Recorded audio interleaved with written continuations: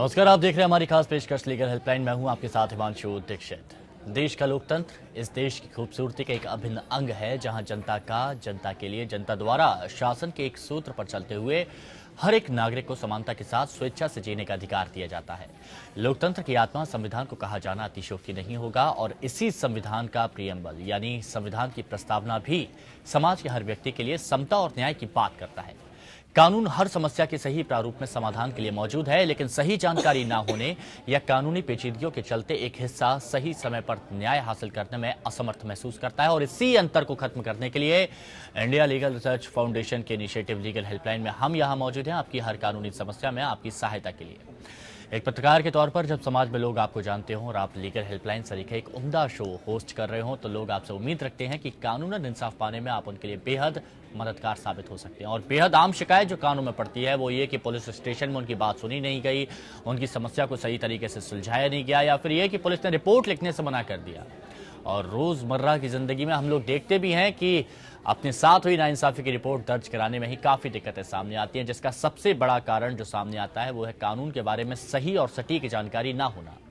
आज हम बात करेंगे झूठे सबूतों के बारे में और ये जानने की कोशिश करेंगे कि झूठे सबूतों से जुड़े क्या कुछ कानूनी प्रावधान है, और झूठे सबूत को लेकर आपके मन में अगर कोई परेशानी, कोई दिक्कत या फिर किसी तरह की कोई समस्या है तो आप भी हमें कॉल कर सकते हैं। हमारी टेलीफोन नंबर आपकी टेलीविजन स्क्रीन पर है। झूठे सबूतों को लेकर क्या कुछ कानूनी प्रावधान है, फॉल्स एविडेंस को लेकर आज हम लीगल हेल्पलाइन में चर्चा करेंगे। टेलीफोन नंबर आपकी टेलीविजन स्क्रीन पर है, आप भी हमारे साथ जुड़ सकते हैं और अपनी बात यहां पर रख सकते हैं कि क्या कुछ आपको समस्या है और आपकी समस्या के समाधान यहां पर किया जाएगा। तो इन नंबर्स पर आप हमें कॉल करके अपनी समस्या यहां पर रख सकते हैं और आपकी समस्याओं का समाधान करने के लिए खास मेहमान हमारे साथ यहां पर मौजूद हैं। अर्चना पाठक दवे जी यहां पर मौजूद हैं, एडवोकेट ऑन रिकॉर्ड है सुप्रीम कोर्ट की। अर्चना जी, सबसे पहले आपका बहुत बहुत स्वागत है। और मैं फॉल्स एविडेंस के बारे में जहां पर आज हम चर्चा कर रहे हैं लीगल हेल्पलाइन में, इस बारे में आपसे जानना चाहता हूं कि फॉल्स एविडेंस होते क्या है। देखिए, फॉल्स एविडेंस वही है जो इंग्लिश लॉ में पर्जरी का कानून जिसको कहते हैं, तो हिंदुस्तान में हम उसे फॉल्स एविडेंस कहते हैं। हमारा जो पूरा क्रिमिनल ज्यूरिस सिस्टम है वो इस पॉइंट पे है कि जो कुछ बोलना है वो सत्य बोलना है। तो सत्य की बहुत अहम भूमिका है हमारे इस पूरे क्रिमिनल जस्टिस सिस्टम के अंदर। जब ओथ दिलाई जाती है तो आपके जिस भी धार्मिक ग्रंथ को आप मानते हैं उसके ऊपर रख कर दिलाई जाती है, तो आप उस ओथ के ऊपर आप झूठ नहीं बोलेंगे, ये आपसे अपेक्षित है। और अगर आप इस चीज में गलती करते हैं, आप झूठ बोलते हैं ओथ के ऊपर, तो फॉल्स एविडेंस कहते हैं कि आपने कमिट किया है। ये chapter 11 of the Indian Penal Code के अंदर है और 191 से जो सेक्शन स्टार्ट है टिल 229A, उसके अंदर और भी बहुत सारे ऑफेंसेस हैं। कभी आपने गलत डॉक्यूमेंट्स, फॉल्स डॉक्यूमेंट्स आपने पेश किए, या आपने कुछ डॉक्यूमेंट्स जो करने थे वो नहीं किए। क्या क्या चीजें फॉल्स एविडेंस में आती हैं, इस पर हम लगातार चर्चा करेंगे। हमारे साथ दर्शक जुड़ चुके हैं महाराष्ट्र से। त्रिभुवन जी, त्रिभुवन जी स्वागत है आपका। क्या समस्या है, क्या परेशानी, अपनी बात रखिए।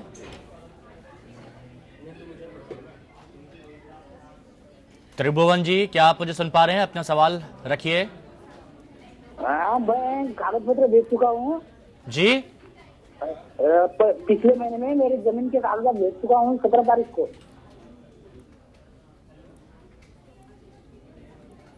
जी कहिए, अपनी बात रखिए। हाँ, तो वो मेरा क्या ये फर्जी खरीदी है इसमें। जी आपकी बात समझ नहीं पा रहे हैं, आप सीधा सवाल अपना कर सकते हैं। तो मैं उसके बाद में लेटर भेज दूं? त्रिभुवन जी ये कह रहे हैं कि उन्होंने आपको कुछ डॉक्यूमेंट्स भेजे हैं जिस पर उन्हें आपकी लीगल राय चाहिए। अच्छा, जैसा मैं समझ निश्चित तौर पर त्रिभुवन जी, आपने जो चिट्ठी भेजी है उस पर निश्चित तौर पर आपसे बात की जाएगी और जो भी आपकी समस्या है उसका समाधान किया जाएगा। एक बार फिर हम अपने दर्शकों से कहना चाह रहे हैं कि आज हम बात कर रहे हैं झूठे सबूतों को लेकर क्या कुछ कानूनी प्रावधान है। हमारे साथ एक और दर्शक इस वक्त लखनऊ से जुड़े हुए हैं, SK करुण जी। करुण जी स्वागत है आपका। क्या कुछ परेशानी है आपको, क्या समस्या है, अपनी बात रखिए। हाँ सर, बोल रहे थे हम कि हाँ सर जी कहिए। जी सर, हम बोल रहे हैं कि हमको एक कंपनी ने चेक दिया था सर। जी। तो उसका कुछ पता नहीं चल रहा है सर कि वो मतलब हम उसको नोटिस भी भेज रहा हूँ तो उसका पता नहीं चल रहा है सर, उसका घर कहाँ है, कहाँ ये है। पहले जहाँ उसका ऑफिस था सर, जी। पहले जहाँ उसका ऑफिस था ना, वहाँ हम चिट्ठी भेजा था सर, वहाँ से उन्होंने रूम चेंज कर दिया, तो उसका कैसे पता चलेगा सर? मैं आप मुझे लग रहा है ये किसी को इन्होंने कुछ चिट्ठी पत्री भेजी है, उनका पता शायद बदल गया है। इस संबंध में ये कुछ कह रहे थे, लेकिन इनकी एग्जैक्टली इनका लीगल क्वेश्चन क्या है और इनकी परेशानी क्या है, मैं नहीं समझ करुण साहब पाई। सीधा सवाल आप करेंगी, क्या परेशानी है आपको? हमको परेशानी ये है सर, हमको 2,10,000 का चेक दिया था सर यस बैंक का एक कंपनी में। अच्छा, हाँ। तो उन्होंने सर चेक तो दिया, लेकिन उसमें स्टॉप पेमेंट उन्होंने लगा दिया है और उसका पता नहीं चल रहा सर वो कहाँ पे है नहीं है। स्टॉप पेमेंट लगा दिया है, पता नहीं चल रहा है कहाँ है, क्या कहाँ नहीं है। तो इस बारे में ये मदद चाहते हैं कि उसमें क्या किया जा सकता है। 2,10,000 का इनको एक चेक दिया था कंपनी ने। देखिए, अगर आपने जो चेक आपको दिया गया था उसका या तो आपको किसी एज अ कस्टडी रखने के लिए दिया गया था, या आपको वो भुनाने के लिए दिया गया था, या तो आपने कोई काम आपने करने के लिए बोला होगा और उसके एवज में उन्होंने आपको वो पैसा दिया होगा। उसके अंदर जरूर कुछ परेशानी आई होगी, तभी उन्होंने स्टॉप पेमेंट का किया। तो आपको पहले यस बैंक से उनका एड्रेस पता करना होगा। आपको ऐसे ही तो कोई चेक नहीं देता है कि कोई किसी ना किसी कारण से वो चेक दिया होगा। तो कई बार ऐसा भी होता है, मुझे नहीं पता इनके साथ क्या दिक्कत है, बट कई बार ऐसा भी होता है किसी का चेक कहीं गिर जाता है और उस पे नाम नहीं लिखा होता है। ऐसी सूरत में भी स्टॉप पेमेंट कराया जाता है। तो अगर उन्हें मिल गया है कहीं से चेक और उस पे उन्होंने लिख के डाल दिया है, तो ऐसी भी शिकायतें आती हैं। तो स्टॉप पेमेंट अगर कराया गया है तो क्या ये चेक इन्हीं के लिए था या इन्हें भी कहीं से मिला और फिर उन्होंने किया? क्योंकि स्टॉप पेमेंट इन्हीं कंडीशंस में किया जाता है। ठीक है, शुक्रिया आपका हमारे साथ जुड़ने के लिए। उम्मीद करते हैं आपको आपके सवालों का जवाब यहाँ पर मिला होगा। राजस्थान से हमारे साथ एक और दर्शक इस वक्त मुकेश जी जुड़े हुए हैं। मुकेश जी, स्वागत है आपका। क्या परेशानी, आपको समस्या रखी अपनी? हाँ सर, हमारे क्या, हेलो सर, सुन पा रहे हैं? हाँ, सुन पा रहे हैं, आप अपनी बात रखिए। हाँ सर, हमको एक परेशानी ये है कि जैसे हमने कोई भूमि खरीदी थी जी, और उस पे एग्रीमेंट भी हो गया था पहले, वो जो बेचने वाला था उसके साथ। जी। और उसके बाद वो अब मतलब एग्रीमेंट के बाद उसको आधा पेमेंट भी कर दिया चेक के द्वारा। ठीक है। अब वो भूमि मतलब हमारे नाम करवाने के लिए मना कर रहा है। अच्छा। और सारा मतलब वो वकील के द्वारा मतलब हो रखा है, जो लिखा पट्टी बोलते हैं हमारे यहाँ, वो सब हो रखी है। और वो अब मना कर रहा है कि मैं भूमि आपके नाम नहीं करवाऊंगा। अच्छा, तो इस पे क्या करें सर? अच्छा, आधा पैसा इनने दे दिया है, एग्रीमेंट भी सारी चीज हो गई थी, लेकिन अब जमीन नाम करने से मना कर रहे हैं। तो ऐसे में क्या किया जा सकता है? जी, इन्होंने इनके बीच में एग्रीमेंट टू सेल हुआ होगा, वो उसे एग्जीक्यूट नहीं कर रहा है। तो क्या जितने की बात हुई थी और अगर कुछ टर्म्स एंड कंडीशंस पे बात हुई थी, क्या इन्होंने पूरी तरह से वो पैसा सारा की सारा दे दिया है उनको और उसके बाद वो नहीं कर रहा है? इन्हें एक दावा करना होगा, इसके लिए इन्हें कोर्ट जाना पड़ेगा, तभी ये अपना जो इनका एग्रीमेंट टू सेल है उसको पूरा करवा सकते हैं। तो आपको आपके सवालों का यहाँ पर जवाब मिला होगा। आप कोर्ट जा सकते हैं और आप इस मामले में केस भी कर सकते हैं, तो आपकी जमीन जो है वो आपके नाम हो सकती है। शुक्रिया आपका हमारे साथ जुड़ने के लिए। एक बार फिर हम अपने दर्शकों से कहना चाहते हैं कि फॉल्स एविडेंस को लेकर आज हम चर्चा कर रहे हैं। तो फॉल्स एविडेंस से जुड़े जो भी सवाल हैं वो आप यहाँ पर हमसे पूछ सकते हैं और आपकी मदद के लिए हम यहाँ पर मौजूद हैं। राजन गौतम हमारे साथ कानपुर से अगले दर्शक जुड़े हुए हैं। राजन जी, स्वागत है आपका। अपना सवाल रखिए, क्या परेशानी है आपको? राजन जी। सर मैं ये बताना चाह रहा हूँ, मैं कानपुर से बोल रहा हूँ। सन 2009 में ये घटना था, मैंने शासन प्रशासन को 1700 प्रार्थना पत्र दिया, लेकिन सर कोई कार्रवाई नहीं हुई पाई। अच्छा, किस बात को लेकर आपने प्रार्थना पत्र दिया था? अपने टीवी की आवाज कम कीजिए। सर एक मानव बलात्कार का मामला था और अपराधियों ने मेरी बीवी को किडनैप करके 12 रोज गायब कर दिए थे। जब हमको पता लगा कि हमको बहुत मार, इसमें मेरा पूरा मुंह का दांत टूट गया, लेकिन ये बड़े बड़े मंत्रियों के दबाव से कोई कार्रवाई नहीं हुई। उस समय बसपा सरकार मायावती की रही सर। तो इनके साथ ऐसा हुआ था कि इनकी पत्नी को अपहरण उनका किया गया था, मारपीट देखिए, की ये गई थी, जो लेकिन इंसिडेंट्स बता रहे हैं ये 2009 का काफ़ी पुराना इंसिडेंट्स बता रहे हैं। एक बात मैं बहुत क्लियर करना चाहूँगी कि पॉलिटिक्स में क्या हो रहा है, किसकी सरकार है, उससे फ़र्क नहीं पड़ना चाहिए। अगर ऐसा कुछ, क्योंकि ये है मेजर पनिशमेंट्स होते हैं इस तरह के अपराधों में, ये एक मेजर ऑफेंसेस होते हैं, किडनैपिंग, एब्डक्शन और रेप जैसे ये बता रहे हैं, तो उसमें इनकी क्यों नहीं लिखी गई एफआईआर, क्योंकि इसमें तो मेडिकल एग्जामिनेशन भी होता है विक्टिम का, पर इतने सालों के बाद भी अगर अभी तक नहीं एफआईआर लिखी गई है तो ये मेरे हिसाब से बहुत ही निंदनीय काम है। लेकिन इसके बाद ये मजिस्ट्रेट के सामने भी एक 156(3) के अंदर आप मजिस्ट्रेट के सामने जा सकते हैं और अपनी जो परेशानी है वो बता सकते हैं, कंप्लेंट रजिस्टर करा सकते हैं, तो मजिस्ट्रेट ऑर्डर करता है पुलिस को कि वो आपकी कंप्लेंट को दर्ज करें। 2009 की बात इन्होंने कही है, तो 2009 से अभी तक काफी लंबा वक्त यहाँ पर बीत चुका है, तो परेशानियां भी इनको लंबी बिल्कुल परेशानी आएगी, क्योंकि एविडेंस जब जुटाने की बात आएगी, क्योंकि मेडिकल एग्जामिनेशन नहीं हुआ है, एविडेंस सब कुछ नहीं मिलेगा। लेकिन फिर भी आप देखिए 376 जो रेप केसेस होते हैं उसके अंदर विक्टिम का जो स्टेटमेंट होता है उसे बहुत इंपॉर्टेंस दी गई है। तो अगर उनका स्टेटमेंट ऐसा होगा कि वो किसी तरह तो यानी से, इनके पास रास्ता ये है कि मजिस्ट्रेट के सामने जाके ये अपनी परेशानी रख सकते हैं और वहां पर इनको पूरी मदद मिलेगी। शुक्रिया आपका हमारे साथ जुड़ने के लिए। फॉल्स एविडेंस के बारे में लगातार हम चर्चा कर रहे थे और आप बता रही थी कि कौन कौन से सबूत फॉल्स एविडेंस में आते हैं।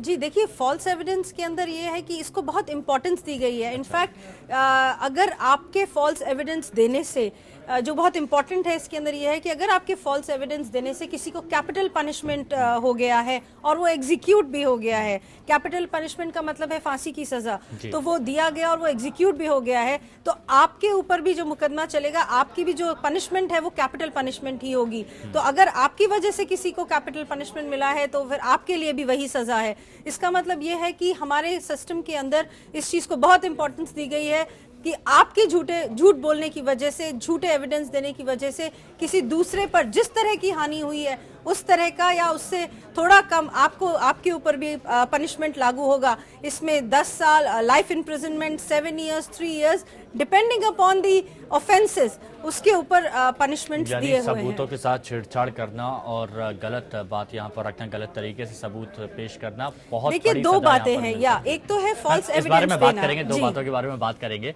हमारे साथ एक दर्शक जितेंद्र जुड़े हुए हैं। जितेंद्र जी, स्वागत है आपका। क्या परेशानी है, क्या मदद कर सकते हैं हम आपकी? जितेंद्र जी, अपनी बात रखिए।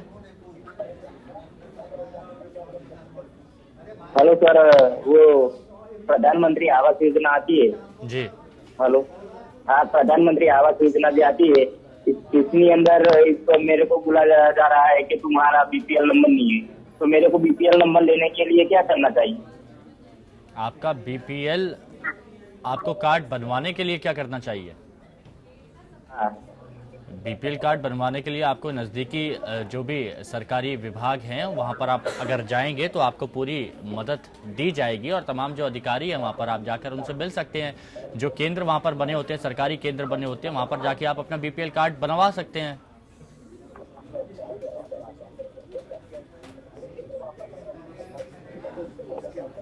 चलिए, मैं एक बार फिर से हम अपने दर्शकों से कहना चाहूंगा कि जब भी वो हमें कॉल करते हैं तो अपनी टीवी की वॉल्यूम कम किया कीजिए, ताकि आपकी आवाज़ हम तक और हमारी आवाज़ आप तक बिना किसी रोक टोक, बेझिझक बहुत अच्छे से जा सके। दो चीज़ों के बारे में आप बात कर रही थी। मैं ये कह रही थी कि जो हम फॉल्स एविडेंस की बात कर रहे हैं सेक्शन 191 के अंदर, वो एक जुडिशियल प्रोसीडिंग्स में होती है और ओथ के ऊपर होती है। एक दूसरा जो एस्पेक्ट है वो है फॉल्स इन्फॉर्मेशन देने का। अच्छा। यानी कि आपने गलत सूचना गलत दी है, आपको पता था कि गलत है और फिर भी आपने दी है, उसके ऑफेंसेस अलग है, वो पब्लिक सर्वेंट के सामने होती है। जैसे पुलिस में अगर आपने एक झूठी एफआईआर की है तो सेक्शन 182 के अंदर एक कंप्लेंट दायर हो सकती है आपके ऊपर झूठी एफआईआर लिखवाने के अंदर। तो इन्फॉर्मेशन देना अलग है और एविडेंस, क्योंकि एविडेंस हमेशा कोर्ट ऑफ लॉ के अंदर दी जाएगी। Court of law judicial proceeding भी हो सकता है, आर्बिट्रेशन भी हो सकता है, तो इन सब के अंदर जो एविडेंस दी जाती है वो 191 के अंदर दी जाती है। फैब्रिकेशन अगर है एविडेंस का, एविडेंस है और आपने उसके साथ छेड़छाड़ की है और आपको पता है कि जानते पूछते आपने वो की है, तो वो सेक्शन 192 के अंदर आएगी। तो किसी भी तरह की गलत गलत एविडेंस देना ओथ के ऊपर, ये एक बहुत बड़ा अपराध हमारे क्रिमिनल जस्टिस सिस्टम के अंदर माना गया है। चलिए, एक और दर्शक इस वक्त हमारे साथ राजेंद्र जी जुड़ चुके हैं रायबरेली से। राजेंद्र जी, स्वागत है आपका। किस तरह से हम आपकी मदद कर सकते हैं, अपनी बात रखिए। नमस्ते सर। नमस्कार जी। हाँ सर, ऐसा है कि हम पेंटिंग का काम करते हैं सर। अच्छा। हेलो। हाँ सर, हम पेंटिंग का काम करते हैं सर। राजेंद्र जी, आप अपनी बात रखिए, क्या कहना चाहते हैं आप? ऐसा है सर, हम एक भाजपा के नेता जी हैं, विधायक की अपनी पहली बार लड़ने जा रहे हैं। उन्हीं को सर हमने उनका काम मैंने किया है। टीवी की आवाज कम करके आप अपनी बात रखिए, हम आपको सुन पा रहे हैं, बोलिए आप।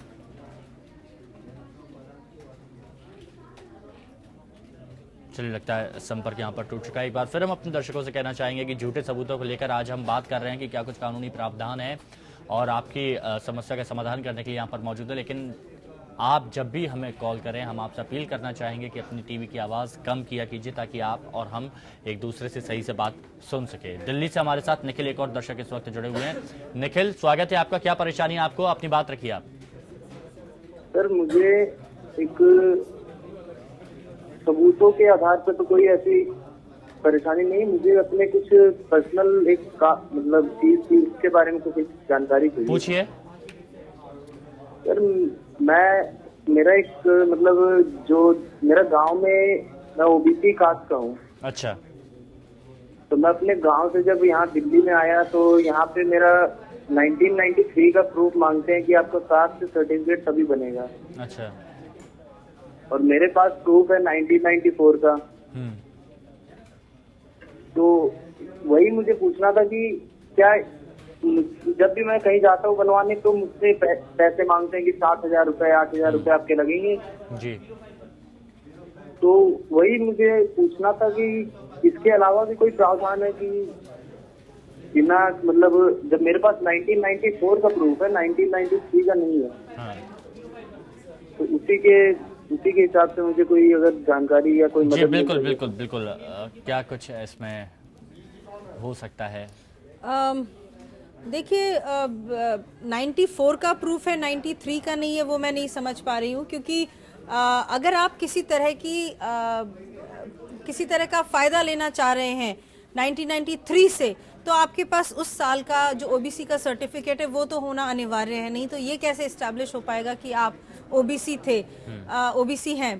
तो वो तो सर्टिफिकेट आपको बनवाना ही पड़ेगा। लेकिन किस लिए आपको चाहिए, वो कहाँ पे आप यूज़ करना चाह रहे हैं, और इसका अगर हम दूसरी तरह से देखें तो ये है कि अगर आप 1994 में थे तो 93 में भी आप होने चाहिए। आपका डेट ऑफ बर्थ कब का है और आप कहाँ को बिलोंग करते हैं, क्योंकि ओबीसीज की लिस्ट हर जगह से डिपेंड करती है कि आप किस जगह को बिलोंग करते हैं, उस पर भी डिपेंड करता है कि आप ओबीसी में आ रहे हैं हम या आपसे नहीं। यही कहना चाहेंगे कि नीचे दिए गए पते पर अगर आप तफसील से अपनी चिट्ठी लिखेंगे यहाँ पर, तो हम आपकी और अच्छे तरीके से यहाँ पर मदद कर पाएंगे। शुक्रिया फिलहाल आपका हमारे साथ जुड़ने के लिए। सीताराम हमारे साथ अगले दर्शक जुड़े हुए हैं। सीताराम जी, स्वागत है आपका। क्या सवाल है, क्या परेशानी है आपको? मेरा सवाल ये है कि मैंने जयपुर में एक प्लॉट लिया था जी। कोई, हाँ, तो मेरे को इन्होंने क्या किया कि बुकिंग लेटर दे दिया उसका। अच्छा। और आधे पैसे ले लिए, 3.5 लाख रुपए ले लिए, और कि फिर जेडीए से जब इसका कैंप लगेगा तब आपको बोले इसका बाकी पैसा दे लेंगे और आपको वो रजिस्ट्री करवा देंगे। अच्छा। आज 6 साल हो गए साहब, और वो भग गया सारा वहां से, जहाँ उसका एड्रेस दे रखा था, उसका मकान बेच के चला गया। मैं क्या करूँ? ठीक है, ये पूछना चाहता हूँ। ठीक है। मुझे लग रहा है ये कुछ फर्जी कागजात का मामला है। हाँ। आपने प्लॉट जिनसे लिया वो कोई बिल्डर थे या वो कोई ऐसे ही प्राइवेट आदमी थे, वो गायब हो चुके हैं। इसका मतलब उनकी इंटेंशन क्लियर नहीं थी और उन्होंने आपको किसी गलत कागज दिखा के आपको उसके अंदर फंसा लिया है। आप एक चीटिंग का, फोर्जरी का केस, क्रिमिनल केस उनके ऊपर दायर कर सकते हैं। लेकिन उसके लिए बहुत ज़रूरी है कि आप कुछ बता पाएं उनकी आइडेंटिटी के बारे में। आपके पास जो भी कागज़ हो उनका, जो उन्होंने आपको दिया था, उस पर उनके सिग्नेचर हो या उनकी फ़ोटोग्राफ हो, ताकि पुलिस को भी ये देखने में, उनको ढूंढने में सुविधा मिले। ये आप क्रिमिनल उसके अंदर कर सकते हैं। अगर वो बिल्डर है तो आप कंज्यूमर के अंदर भी जा सकते हैं। लेकिन मुझे ये चीटिंग का, फोर्जरी का ज़्यादा लग रहा है, क्योंकि मुझे लग रहा है इनके पास ओनरशिप थी नहीं और इन्होंने इनको बेचने की कोशिश की। तो जो सबसे बड़ी बात सीताराम जी यही है कि आप क्रिमिनल केस यहाँ पर कर सकते हैं और आप नज़दीकी पुलिस स्टेशन में जाके इसकी शिकायत कर सकते हैं। शुक्रिया आपका जुड़ने के लिए। एक चीज़ मैं आपसे जानना चाह रहा था कि जो फॉल्स केस के बारे में चर्चा की जा रही है, जैसा आपने बताया कि गलत तरीके से कोई सबूत पेश किए जाते हैं तो वो फॉल्स केस, फॉल्स एविडेंस में आता है। जो किसी पर दबाव बनाकर अगर किसी से झूठ बुलवाया गया है तो ये भी चीज़ इसी में ही आती है? नहीं, ये उसमें नहीं आती है, क्योंकि जब हम इसमें जो इंग्रेडिएंट्स हैं इसके, जब हम ये बात करते हैं तो उसके अंदर दबाव वाला इंग्रेडिएंट नहीं है। उसमें ये है कि ओथ पे होना चाहिए, जुडिशियल प्रोसीडिंग के अंदर होना चाहिए और आपको पता होना चाहिए कि वो चीज़ सही, वो चीज़ गलत है, लेकिन आप कोर्ट में वो चीज़ जाके दूसरी तरह से बोलते हैं। लेकिन दबाव में जो आके आप स्टेटमेंट देते हैं वो इसके अंदर नहीं आएगा। क्योंकि देखिए, ये जो फॉल्स, अब हम एविडेंस की बात कर रहे हैं, ये हमने अपनी मर्जी से दी है, जानते पूछते दी है। उसके पीछे हमारा इंटेंशन कुछ भी हो सकता है। इंटेंशन ये भी हो सकता है कि हम फॉल्स एविडेंस देके किसी को सजा दिलवाना चाह रहे हैं, कि उसका कारण कुछ भी हो सकता है, हमारी उससे कोई पर्सनल एनिमिटी हो सकती है, या हो सकता है अगर आपको पैसे देकर झूठ दिलवाया गया है तब वो इसके अंदर आएगा, फॉल्स एविडेंस के अंदर। लेकिन अगर आपको किसी ने किसी तरह का डर दिखाकर या इस तरह से अगर झूठ बुलवाया है तो वह इसके अंदर नहीं आएगा। अविनेश हमारे साथ कानपुर से अगले दर्शक जुड़े हुए हैं। अविनेश, क्या परेशानी आपकी, अपनी बात रखिए। हेलो जी अविनेश जी, कहिए। हाँ सर, ये मेरे वाइफ से हमारा मुकदमा चल रहा है 498 से। आपके? हेलो जी सर, मेरा वाइफ से हमारा मुकदमा चल रहा है 498। अच्छा, 490। जी जी, इसमें हम सर लोअर कोर्ट से क्रिमिनल केस जीत चुके हैं। अच्छा, हेलो, हाँ सुन रहे हैं आपको, बोलिए आप। हाँ सर, मैं ये कह रहा हूँ कि मैं इसमें क्रिमिनल केस लोअर कोर्ट से जीत चुका हूँ। ठीक है सर, ये अपील में है सर, डीजे 4 में। तो सर, इसमें हम ये चाहते हैं कि मेंटेनेंस का केस है, इसमें वाइफ हमारी एडवोकेट है, तो क्या ये मेंटेनेंस हमारा खत्म हो सकता है? आखिरी में आपने जो पूछा वो हम नहीं समझ पाए। क्रिमिनल केस आप लोअर कोर्ट से जीत चुके हैं, उसके बाद? हाँ जी, इसके बाद में सर अपील। जी चलिए, लगता है आपसे हमारा संपर्क टूट चुका है, लेकिन हम चाहेंगे कि आप जो नीचे पता दिया है, एड्रेस दिया है, आप इस पर अपनी चिट्ठी लिखें और हम तक आपकी बात पहुंचे। और आप मेल भी हमें कर सकते हैं, ईमेल आईडी नीचे चल रही है, ताकि हम आपकी सही तरह से मदद कर सकें। शुक्रिया फिलहाल आपका जुड़ने के लिए, और मैम आपका भी बहुत बहुत शुक्रिया फॉल्स एविडेंस पर आज आपने इतनी जानकारी दी और इतने सारे लोगों की परेशानियों को हल किया। बहुत बहुत शुक्रिया। तो लीगल हेल्पलाइन में फिलहाल मेरे साथ इतना ही। कल फिर हाजिर होंगे आपसे ही जुड़ा कोई और मुद्दा लेकर। तब तक के लिए दीजिए इजाजत। नमस्कार।